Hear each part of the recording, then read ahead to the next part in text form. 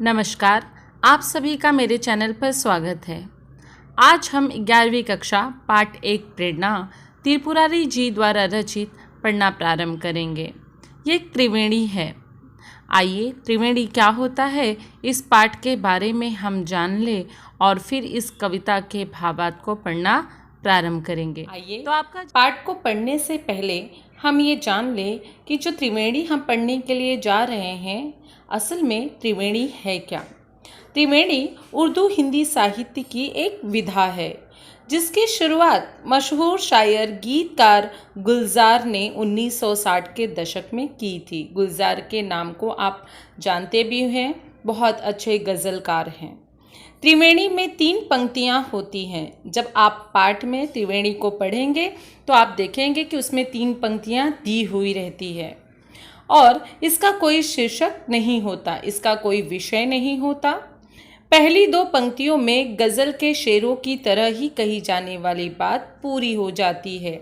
जब आप पहली पंक्ति और दूसरी पंक्ति पढ़ेंगे तो जिस प्रकार से गज़ल जब आप देखते होंगे कि शायर गज़ल आपके समक्ष प्रस्तुत करते होंगे तो पहली पंक्ति ही अपने आप में पूर्ण होती है, या शेर कहा जाता है तो उसमें भी पहली पंक्ति अपने आप में पूर्ण होती है। उसी प्रकार से यहाँ पर आपको ये बताया जा रहा है कि पहली पंक्ति और दूसरी पंक्ति अपने आप में पूर्ण होगी, यानी जो पंक्ति दी होगी उसे किसी और दूसरे पंक्ति की सहायता लेने की आवश्यकता बिल्कुल भी नहीं होगी। तीसरी पंक्ति उस कही गई बात के अर्थ को बदल देती। अब यहाँ क्या है, जो तीसरी पंक्ति है वो पहली और दूसरी के अर्थ को बदल देती है, यानी पूरी बात ही पलट कर रख देती है, या उससे एक नया अर्थ जुड़ जाता है। यानी तीसरी पंक्ति से ये होता है कि एक नया अर्थ जुड़ जाता है। जब हम पाठ पढ़ेंगे तब आपको मैं त्रिवेणी जो है वो समझाऊंगी कि किस प्रकार से पंक्ति जो है वो अर्थ परिवर्तन कर देती है। त्रिवेणी विधा के सजग गुलजार के अनुसार, यानी गुलजार जी क्या कहते हैं, आइए देखिए। त्रिवेणी नाम इसलिए दिया था कि पहले 2 मिसरे गंगा जमुना की तरह मिलते हैं। गुलजार कहते हैं कि पहली पंक्ति और दूसरी पंक्ति जो है वो एक दूसरे से मिलते हैं, जिस प्रकार से गंगा जमुना है। 3 नदियां बहती है, गंगा जमुना और सरस्वती। गंगा जमुना का नाम तो उजागिर होकर बच्चों समक्ष आता है, लेकिन सरस्वती नदी जो है जो गुप्त रूप से बहती है, जो हमें नज़र नहीं आती है, उसी को हमें महत्व दिखाना है, उसी को आपके समक्ष रखना है। यही त्रिवेणी है, यानी पहली पंक्ति और दूसरी पंक्ति आपको अपने आप में परिपूर्ण होगी, आपको समझ में आएगी, लेकिन तीसरी पंक्ति जो है वो पूरा अर्थ बदल देती है। उसी को, यानी जो गुप्त रूप से पंक्ति है, हमें उसे ही समक्ष लाना है। देखिए यहाँ पर जैसे आपके समक्ष दिया भी है, और एक ख्याल एक शेर को मुकल्लम करते हैं, यानी जो अपने विचारों को आपके समक्ष रखते हैं अपने गज़लों के माध्यम से, अपने शेरों के माध्यम से। लेकिन इन 2 धाराओं के नीचे एक और नदी है, सरस्वती, जो गुप्त है। मैंने आपसे जैसे कहा कि सरस्वती नदी जो है वो कभी भी गंगा जमुना का नाम एक साथ जोड़ा जाता है, लेकिन सरस्वती नदी को कोई याद नहीं करता कि वो भी गंगा जमुना नदियों के साथ में ही बहती है, वो भी छुपकर गुप्त रूप से नज़र नहीं आती। त्रिवेणी का काम है सरस्वती को दिखाना, यानी त्रिवेणी का काम है जिस नदी को महत्व नहीं दिया जा रहा है उससे महत्व देना। तो यानी त्रिवेणी में भी यही है कि जिस पंक्ति को महत्व नहीं दिया जाता और वो पूरे अर्थ को बदलने में महत्वपूर्ण रखती है, महत्वपूर्ण स्थान होता है, वही आपके समक्ष प्रस्तुत करना। आइए पाठ पढ़ने के पहले हम कवि परिचय और प्रमुख कृतियाँ, विधा परिचय और पाठ परिचय देख लेंगे। तो आइए कवि परिचय देख लेते हैं। आपका मूल नाम त्रिपुरारी कुमार शर्मा है। आपका जन्म 15 दिसंबर 1988 को समस्तीपुर, बिहार में हुआ। आपकी प्रारंभिक शिक्षा पटना से, स्नातक शिक्षा दिल्ली से तथा स्नातकोत्तर शिक्षा हिसार से हुई। हिसार जो है राजस्थान में है। दिल्ली विश्वविद्यालय में अध्यापन कार्य करने के पश्चात वर्तमान में आप फिल्म, दूरदर्शन के लिए लेखन कार्य कर रहे हैं। त्रिवेणी के रचयिता के रूप में आपकी पहचान है।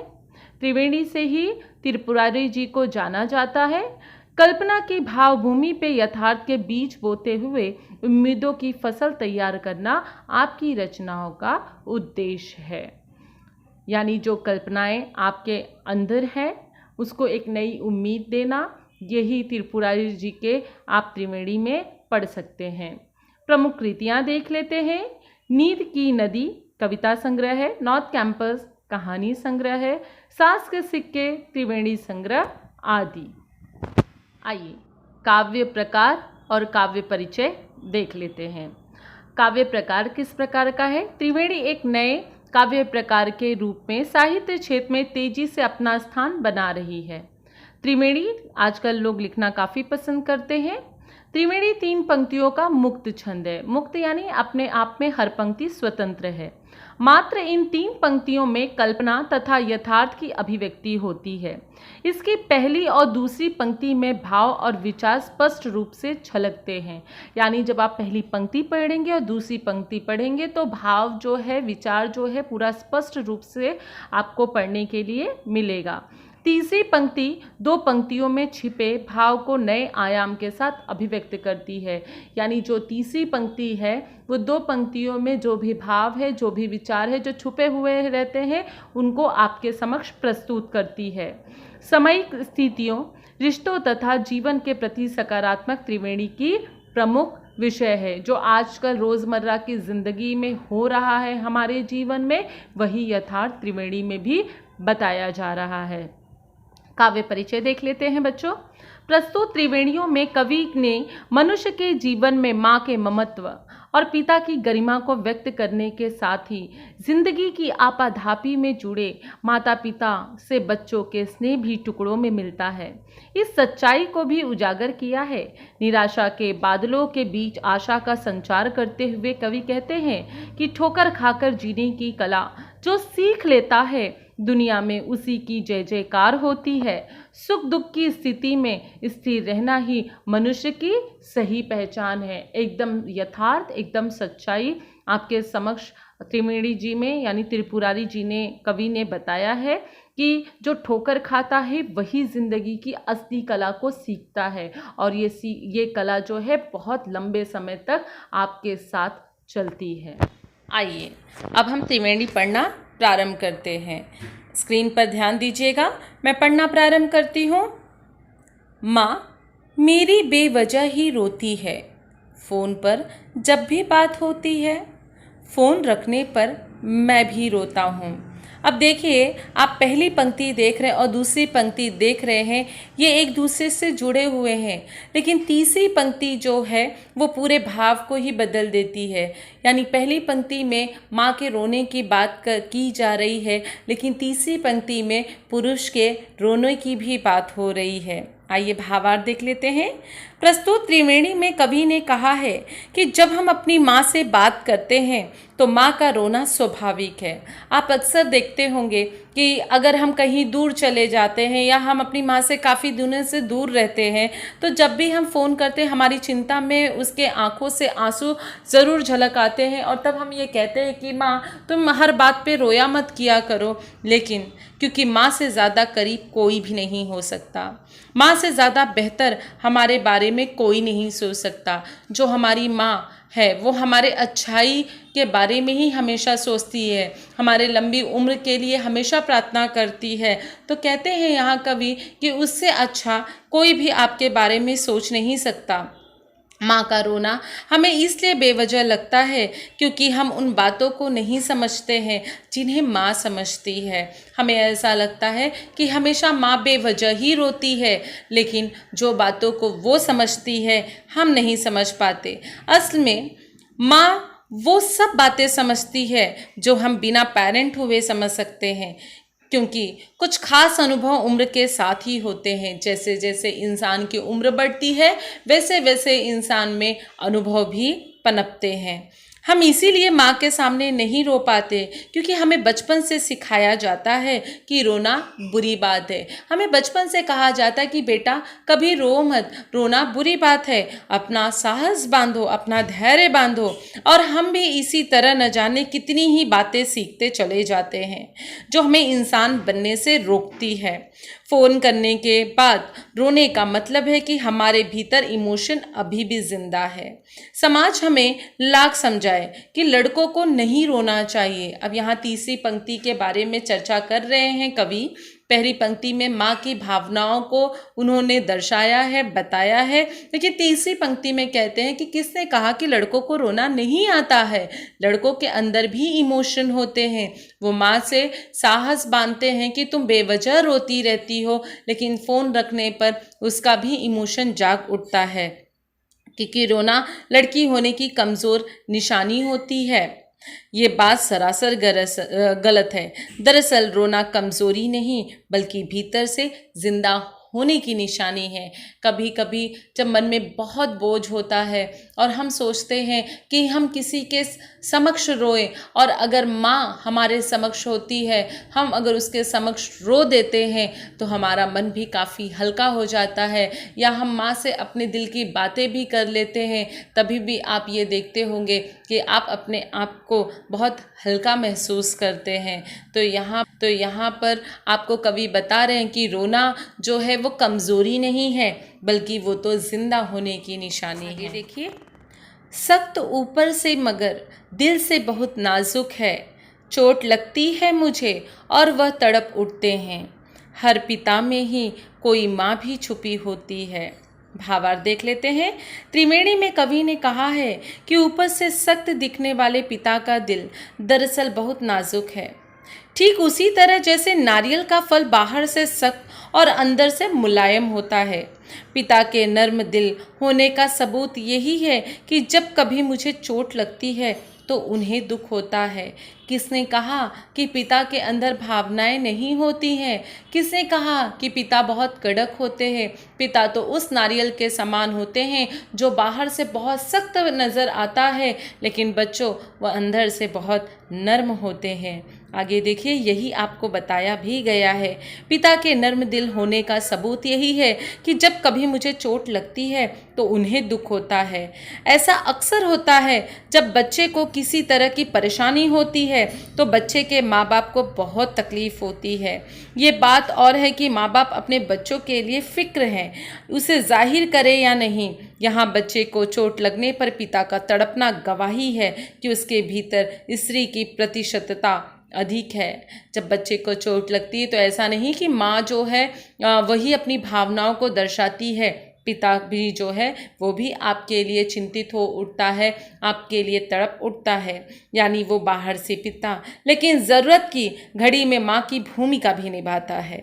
उसका दूसरा पहलू यह है कि हमारे समाज में सिंगल पेरेंट का कॉन्सेप्ट बढ़ता ही जा रहा है।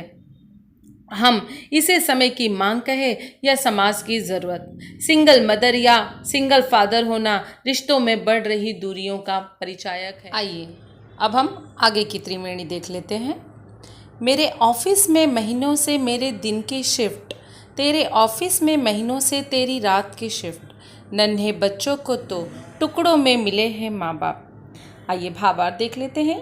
त्रिवेणी में कवि ने कहा है कि शहर और कॉरपोरेट कल्चर के आने के बाद हमारे सोने जागने की रूटीन एकदम से बदल गई है और इसका सबसे ज़्यादा असर हमारे संबंधों, हमारे रिश्तों पर पड़ा है। पहले जब कोई बच्चा पैदा होता था तो माँ बाप उसके ख्याल, उसकी देख रेख वो खुद करते थे, लेकिन तब जॉइंट फैमिली हुआ करती थी, सब एक साथ में रहा करते थे बच्चों। शहरीकरण के बाद जैसे ही शहरों में लोग आने लगे, शहरों में आकर रहने लगे, फैमिली एकल होती गई, न्यूक्लियर फैमिली होती गई। शहर में कम बच्चे ऐसे होते थे जिनकी परवरिश में उनके दादा दादी का योगदान होता था। लोग गांव से दूर शहर में नौकरी करने आते हैं क्योंकि ये उनकी ज़रूरत है। इन ज़रूरतों को, अपने बच्चों को अच्छी फैसिलिटीज़, अच्छी लग्जरी लाइफ देने के लिए उन्हें नौकरी पे जाना पड़ता है। उनके स्कूल का खर्चा, उनका खर्चा, क्योंकि आजकल महंगाई हो गई है, तो इन सारी चीज़ों को एक केवल अकेले ही कार्य को नहीं कर सकता है, तो इसीलिए उन्हें नौकरी के लिए जाना पड़ता है गांव से दूर होकर। इतना अफोर्ड नहीं कर सकते कि अपने पेरेंट को भी साथ में रखें, क्योंकि खर्चा ज़्यादा हो जाता है। तो यहाँ पर कवि कह रहे हैं कि अपने पेरेंट को भी वो साथ नहीं रख सकते कि बच्चों की देखभाल कर सके। अफोर्ड करना पैसे से ज़्यादा मिजाज पर निर्भर करता है। उन्हें लगता है कि उनकी सोच और पेरेंट की सोच में अंतर है। बच्चे अपने माँ बाप से थोड़ा कतराते भी हैं, अलग भी रहना चाहते हैं, क्योंकि उन्हें ऐसा लगता है कि उनकी सोच और उनके पेरेंट के सोच में थोड़ा अंतर होगा। क्योंकि अक्सर ये देखा गया है या आपने भी देखा होगा कि आपके पेरेंट की सोच और आपके सोच में थोड़ा परिवर्तन आता है। ये जैसे जैसे समाज आगे बढ़ता जाएगा वैसे वैसे ये चीज़ जो है निरंतर बढ़ती जाएगी।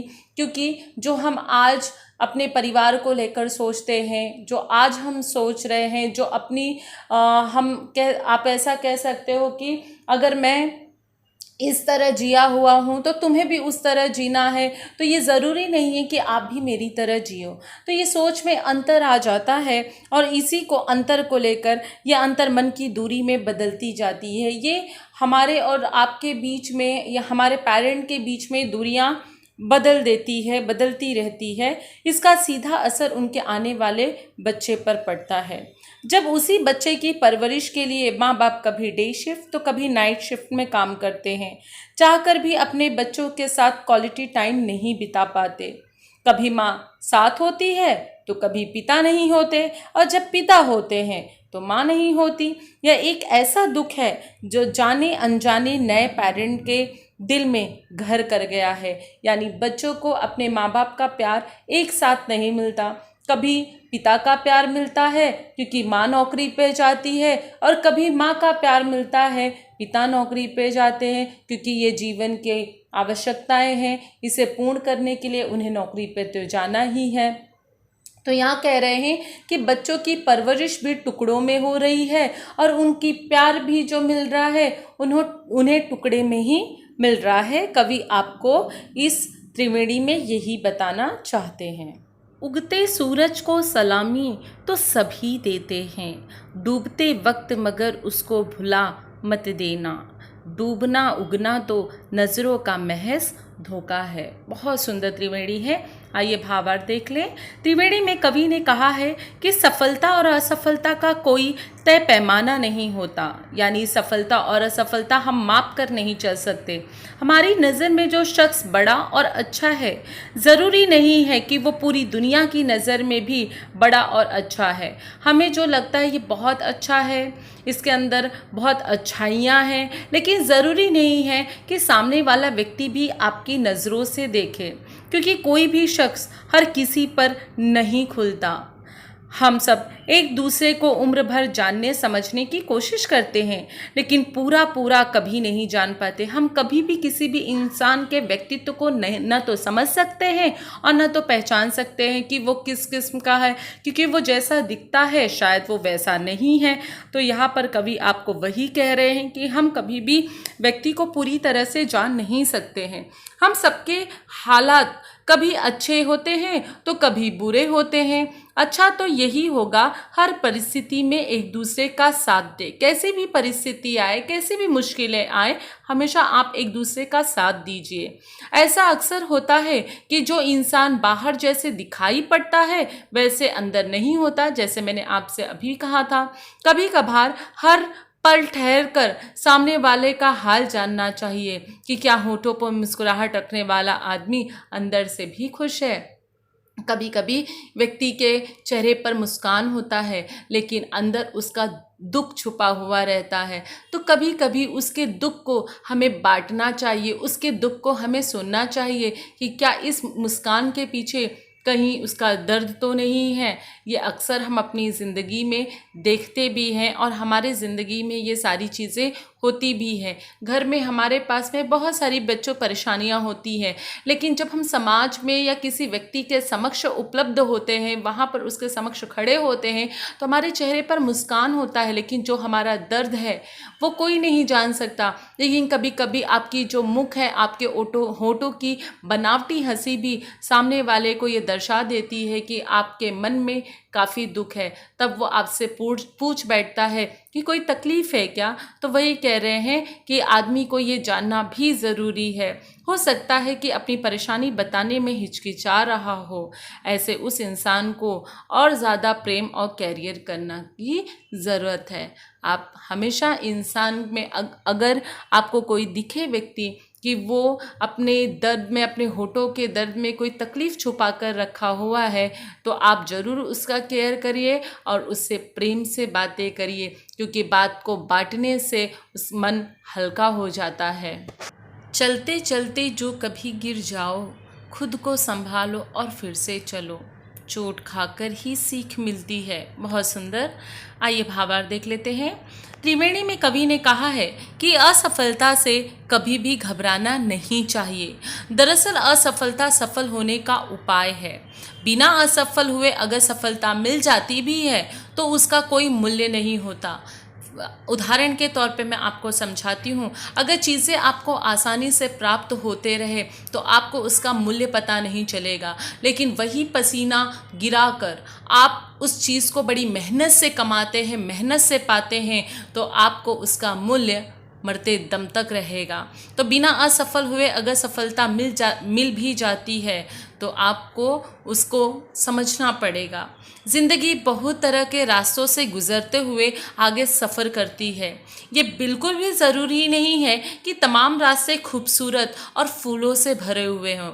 आप कभी ये मत सोचिए कि आप जब रास्ता तय कर रहे हैं तो आपको सफलता ही मिलता जाएगा, आपके रास्ते में फूल ही बिछे होंगे।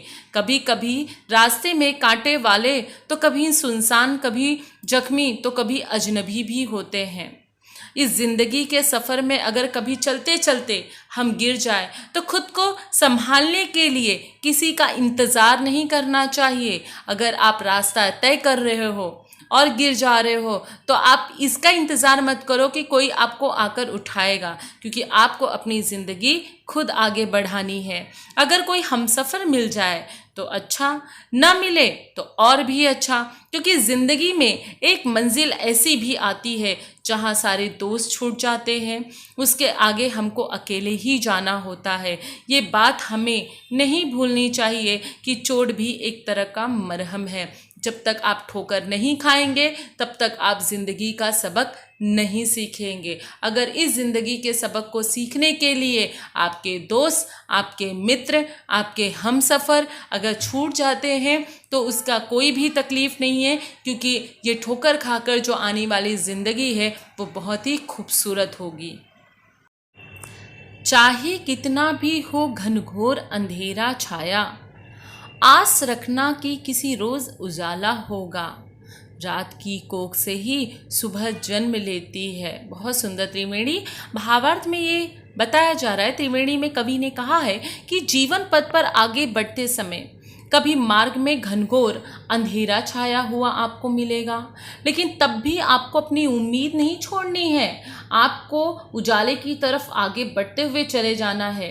किसी दिन उजाला अवश्य होगा, यही आशा रखते हुए आपको आगे बढ़ते रहना चाहिए, क्योंकि रात की कोख में, रात की गर्भ से ही उजाले का जन्म होता है। जब रात आएगा बच्चों, उसके बाद ही सुबह होगा। इसी त्रिवेणी में कवि हमें निराशा के अंधकार से आशा के उजाले की ओर ले जाना चाहते हैं। इस सत्य से परिचय करवाना चाहते हैं कि जीवन में दुख के बाद सुख अवश्य आता है। सुख दुख दिन रात की तरह आते जाते रहते हैं, इसीलिए दुख की स्थिति में निराश नहीं होना चाहिए। आज आपका जीवन दुख भरा है तो कल आपका आने वाला समय जो है वो सुख भरा होगा, और उस जीवन का आप खुलकर स्वागत करिए। आइए आगे का त्रिवेणी देख लेते हैं। कर्ज लेकर उम्र के लम्हों से बो दिए मैंने बीज हसरत के, पास थी कुछ ज़मीं ख्यालों की। भावार्थ देख लेते हैं। त्रिवेणी में कहा है कि अपने अनुभव का इस्तेमाल करते हुए हमें अपनी ज़िंदगी में कोई भी काम करना चाहिए, लेकिन किसी भी एक अनुभव का इस्तेमाल हर एक संदर्भ में नहीं किया जा सकता।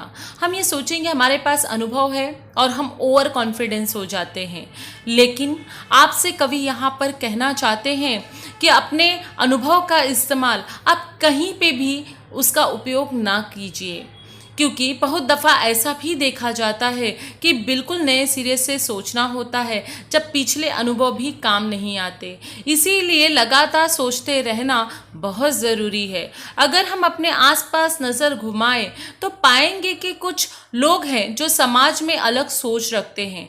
आपको समाज में एक जैसे सोच वाले व्यक्ति नहीं मिलेंगे। समाज ने जो नियम बनाए हैं उन्हें आज की ज़रूरत के हिसाब से बदलना चाहते हैं।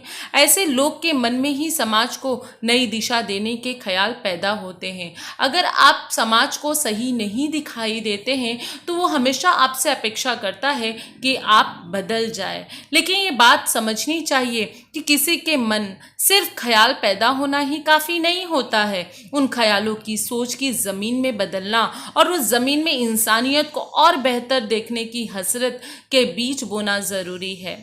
हमारी कोशिश रहे कि ख्यालों की ज़मीन कभी बंजर ना हो, वो केवल हम ख्याल सोचते रहें और वो सोच सोच के सूख कर यूं ही बंजर ना बन जाए, यानी किसी चीज़ के लिए वो उपयोगी ना रह जाए। हमारे भीतर की संवेदना कभी मरने ना पाए, इस बात का हमें विशेष ध्यान देना है।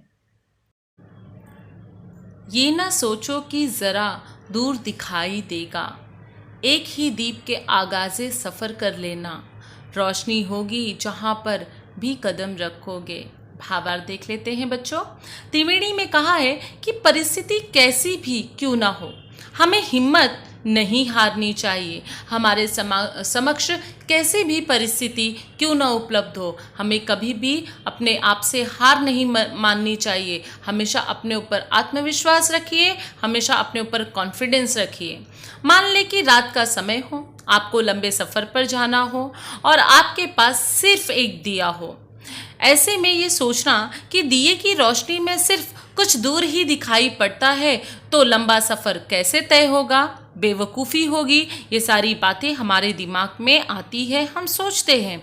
हमें इस बात को समझना होगा कि दिए की रोशनी में भले हम कुछ दूर ही देख सकते हैं, लेकिन अगर यही रोशनी हमारे साथ रही तो हम जैसे जैसे सफ़र में आगे बढ़ते जाएंगे हमें रास्ता दिखाई देता रहेगा। ये रोशनी असल में ज्ञान रूपी दिए की है।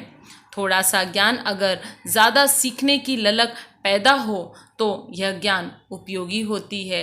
अगर आप अपनी ज़िंदगी में ज्ञान पाना चाहते हैं तो उस ज्ञान को आपको सीखना पड़ेगा, कड़ी मेहनत करनी पड़ेगी, तभी आपको वो ज्ञान मिलेगी। लेकिन इसके लिए हिम्मत चाहिए। ज्ञान अभी थोड़ा क्यों ना हो, आगे चलकर ज़्यादा हो सकता है।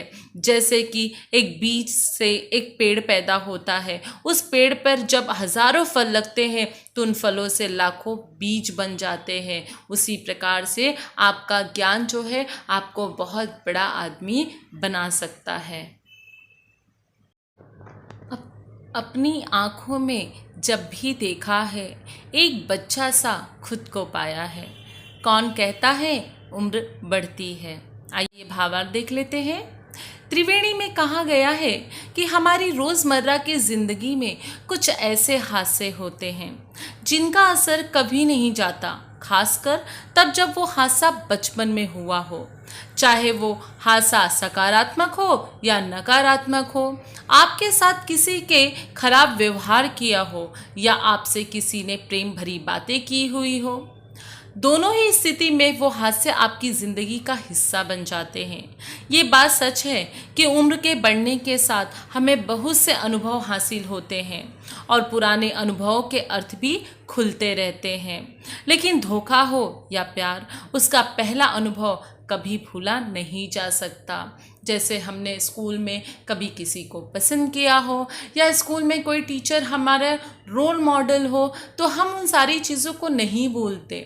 अगर हम बूढ़े भी हो जाते हैं और हम बुज़ुर्ग बन जाते हैं या हम युवा अवस्था में नौकरी करने लगते हैं, अपने दोस्तों से, अपने यारों से हम अक्सर बातें करते हैं कि वो टीचर हमारी रोल मॉडल थी, उसने तो हमें ऐसा पढ़ाया था। आप उन सारी चीज़ों को याद करते हो। तो यहाँ पर कवि भी वही कहना चाहते हैं कि हमारा जो पहला अनुभव है, हमें जिससे पहला ज्ञान मिलता है, या कोई हमारी ज़िंदगी की बहुत खूबसूरत वो यादें जो हम कभी नहीं भुला सकते हैं। नए समय में जब इंसानी रिश्ते इतनी तेज़ी से बदल रहे हैं, हम रोज़ ही परेशानी और खुशी का सामना करते हैं। ऐसी बहुत ज़रूरी है अपने भीतर के बच्चे को ज़िंदा रखा जाए, क्योंकि आपके भीतर का मासूम बच्चा ही मुश्किलों की घड़ी में आपको इस बात का यकीन दिलाएगा कि दुनिया भी अब जीने लायक है। आप बच्चे को देखते हैं कि उसके साथ में जो कुछ भी होता है वो उसी दिन भूलकर दूसरे दिन आप उसे देखोगे वो वापस से नए चीज़ों को, नई एक्टिविटीज़, नई क्रियाओं को करता है और पिछला उसके साथ क्या हुआ था वो सारी चीज़ें भूल जाता है। तो कवि यहाँ पर यही चीज़ें कह रहे हैं कि आप मासूम बच्चे के जैसा बन जाइए। जिस प्रकार से बच्चे के अंदर बचपना जीवित रहता है, उसी प्रकार से आपको दुनिया में जीने लायक भी आप बन जाएंगे। आंसू खुशियाँ एक ही शय है, नाम अलग है इनके। पेड़ में जैसे बीज छुपा है, बीज में पेड़ है जैसे। एक में जिसने दूजा देखा, वही सच्चा ज्ञानी। आइए भावार्थ देख लेते हैं। त्रिवेणी में कवि ने कहा है कि सुख और दुख जिंदगी के दो पहलू हैं। बेटा, सुख के बाद दुख आता है और दुख के बाद सुख आता है। ये तो हमारी ज़िंदगी में निरंतर चलता रहेगा जब तक हम जीवित हैं। जब हम दुखी होते हैं तो 100% दुखी नहीं होते। जब हम सुखी होते हैं तो भी हम 100% सुखी नहीं होते हैं। अगर मेरे पास बंगला, गाड़ी, सब कुछ है, फिर भी मैं दुखी हूँ। क्यों? मुझे चैन नहीं मिल रहा है, मुझे आराम नहीं मिल रहा है। और अगर मुझे आराम नहीं मिल रहा है तो मैं इस बात की शिकायत करते रहूँगी कि मैं हमेशा काम करती रहती हूँ, ना तो बंगला है ना तो गाड़ी है। तो हमेशा हम अपनी ज़िंदगी से शिकायत करते रहते हैं और हमेशा ले न दे हम हमेशा दुखी ही रहते हैं। दरअसल दुख और सुख प्रतिशतता में होते हैं। जैसे दुख के दिनों में क्यों कि दुख की प्रतिशतता 99% होती है, तो हमें सुख दिखाई नहीं पड़ता। ठीक वैसे ही सुख की घड़ियों में दुख 99% होता है और दुख 1% होता है। लेकिन अगर हम गौर से देखें और सोचें और महसूस करें तो ये बात समझ आने लगती है कि दोनों ही स्थितियों में सुख और दुख का घटना बढ़ना तो लगा रहता है, पर हम उतने ही रहते हैं। सुख और दुख किसी मौसम की तरह आते हैं और चले जाते हैं। सुख के समय भी हमारी आंखों से आंसू आते हैं और दुख के समय में भी हम रोते हैं। इन दोनों आंसुओं में कोई अंतर नहीं है, क्योंकि आप देखते हैं जब हम बहुत खुश होते हैं तो भी हमारे आंखों में आंसू आते हैं, फिर हम ये कहते हैं ये खुशी की झलक है। और दुख होते हैं तब तो हम रोते ही हैं। दुनिया उसी तरह ही दिखाई देती है, सब कुछ होता चला जाता है और हम शून्य की तरह हमेशा मौजूद होते हैं। इतनी सी बात जो इंसान समझ लेता तो वो ज्ञानी हो जाता। अगर सुख दुख के महत्वपूर्ण को, सुख दुख की बात को या सुख दुख के महत्व को अगर व्यक्ति समझ जाए तो वो सबसे बड़ा ज्ञानी है। चाहे कितनी ही मुश्किल आए, छोड़ना मत उम्मीद का दामन, ना उम्मीदी तो मौत है प्यारे। भावार्थ देखते हैं। त्रिवेणी में कवि ने कहा है कि हमें रोज़ाना कई मुश्किलों का सामना करना पड़ता है। हर एक सुबह नई मुश्किलों, नई चुनौतियों का हमें सामना करना पड़ता है। लेकिन इसका मतलब ये नहीं कि हम अच्छे दिनों का ख्वाब देखना भूल जाए।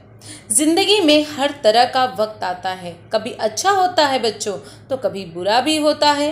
ऐसे दिन भी जब मिट्टी को हाथ लगाओगे तो सोना बन जाता है। ऐसा भी समय होता है कि अगर मिट्टी को भी आपका अच्छा वक्त चल रहा हो, उससे छुओगे तो वो भी सोना बन जाता है। और दिन खराब होने पर सोने को अगर हाथ लगाओगे तो भी मीठी दिखाई पड़ती है, लेकिन ज़िंदगी इन दोनों से परे है। ज़िंदगी में अगर सिर्फ खुशी हो तो ज़िंदगी बेकार लगने लगती है, और ज़िंदगी में अगर सिर्फ गम हो तो भी बेकार लगने लगती है।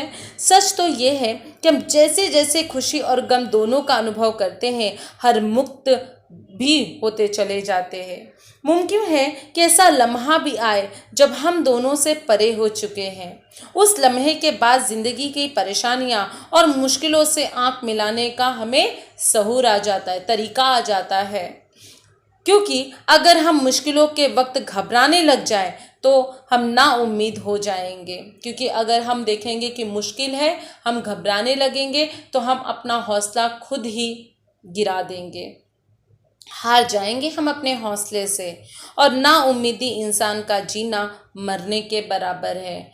तो कह रहे हैं यहाँ पर कवि कि अगर हम अपनी ज़िंदगी से हार जाएं तो ये मरने के बराबर होता है। तो अपनी ज़िंदगी को हमेशा हौसला बांधिए और मुस्कुराते हुए अपनी ज़िंदगी में आने वाले मुश्किलों का स्वागत कर उसमें पार करके आगे बढ़िए। फिर आपके समक्ष केवल सुख ही सुख और मुस्कुराहट आपका इंतज़ार करती रहेगी। एक नया सवेरा आपका इंतज़ार करता रहेगा। आइए अब आप अपने समक्ष स्वाध्याय देख रहे हैं। जितना स्वाध्याय, जितनी कृतियाँ, जितना आकलन दिया गया है, आप अपने नोटबुक में लिख लीजिएगा। तो आपके समक्ष देखिए, निम्नलिखित पठित गद्यांश पढ़कर दी गई सूचनाओं के अनुसार कृतियाँ कीजिए, कारण लिखिए। आपके समक्ष दिया गया है, बच्चों इसे ध्यान से देखकर लिख लीजिएगा। अगला स्वाध्याय देख लीजिए। निम्नलिखित पठित गद्यांश में पढ़कर दी गई सूचनाओं के अनुसार कृतियाँ कीजिए, कारण लिखिए। आपके समक्ष कृतियाँ कारण भी है और आकृति पूर्ण कीजिए। तो ये सभी देखकर नोटबुक में बच्चों लिख लीजिएगा। स्वाध्याय निरंतर जारी है, तो आगे देख लीजिए। कृति कीजिए, परिणति दिया है, फिर इसके बाद और भी कृतियाँ हैं, फिर एक शब्द में उत्तर लिखिए। यह अगला स्वाध्याय दिया है। कृति कीजिए, पिता के गुण और परिणति शब्द संपदा दी गई है, तो इसे भी ध्यान से बच्चों देखकर लिख लीजिएगा। अपने समक्ष देख रहे हैं कि स्वाध्याय में अभिव्यक्ति पालना घर की आवश्यकता पे अपने विचार लिखिए। तो यहाँ पर उत्तर दे दिया गया है, तो आप इसे देखकर अपनी कॉपी में, अपनी नोटबुक में लिख लीजिएगा। नौकरी पेशा अभिभावकों के बच्चों के पालन की समस्या पर प्रकाश डालिए। तो आपके समक्ष अभिव्यक्ति यहाँ पर लिखा गया है। मैं पढ़ नहीं रही हूँ क्योंकि वीडियो काफ़ी लंबा हो जाता है, तो बच्चे आप देखकर इसे लिख लें। आप ये स्लाइड में देखिए, अंधेरा ऐसा हो, घनघोर नीचे आ गया है। तो ये जो डब्बा आपको दिखाई दे रहा है वो अंधेरा ऐसा हो उसके समक्ष है, तो आप इस पर थोड़ा करेक्शन कर लीजिएगा। फिर रसास्वादन दिया गया है कि आधुनिक जीवन शैली के कारण निर्मित समस्याओं से जूझने की प्रेरणा इन त्रिवेणियों से मिलती है, स्पष्ट कीजिए। उत्तर मैंने लिख दिए हैं, तो इसे देखकर बच्चों लिख लीजिएगा। या आप देखिए, निरंतर वही जो आपको प्रश्न दिया गया था उसका उत्तर निरंतर जारी है। अब आप अपने समक्ष काव्य सौंदर्य देख रहे हैं। निम्नलिखित पंक्तियों में से प्रतीकात्मकता पंक्ति छांटकर उसे स्पष्ट कीजिए। तो आपके समक्ष 3 पंक्ति दी गई है, तीनों है, तो इसे देखकर आप लिख लीजिए। काव्य सौंदर्य देख लीजिए।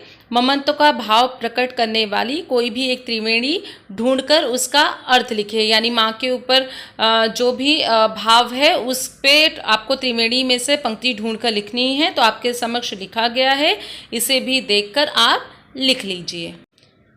अगला स्लाइड देखिए, साहित्य संबंधी सामान्य ज्ञान। यह आपको परीक्षा में 2 नंबर के लिए पूछे जाएंगे। त्रिवेणी काव्य प्रकार की विशेषताएं मैंने लिख दी है, 2 पॉइंट है, तो आप देखकर लिख लीजिए। त्रिपुरारी जी की अन्य रचनाएं, तो यहाँ पर रचनाएं लिख दी हैं, उसे भी देखकर लिख लीजिएगा। सांस के सिक्के क्या हैं? सांस के सिक्के त्रिपुरारी जी का त्रिवेणी संग्रह है, तो इसे भी देखकर लिख लीजिए।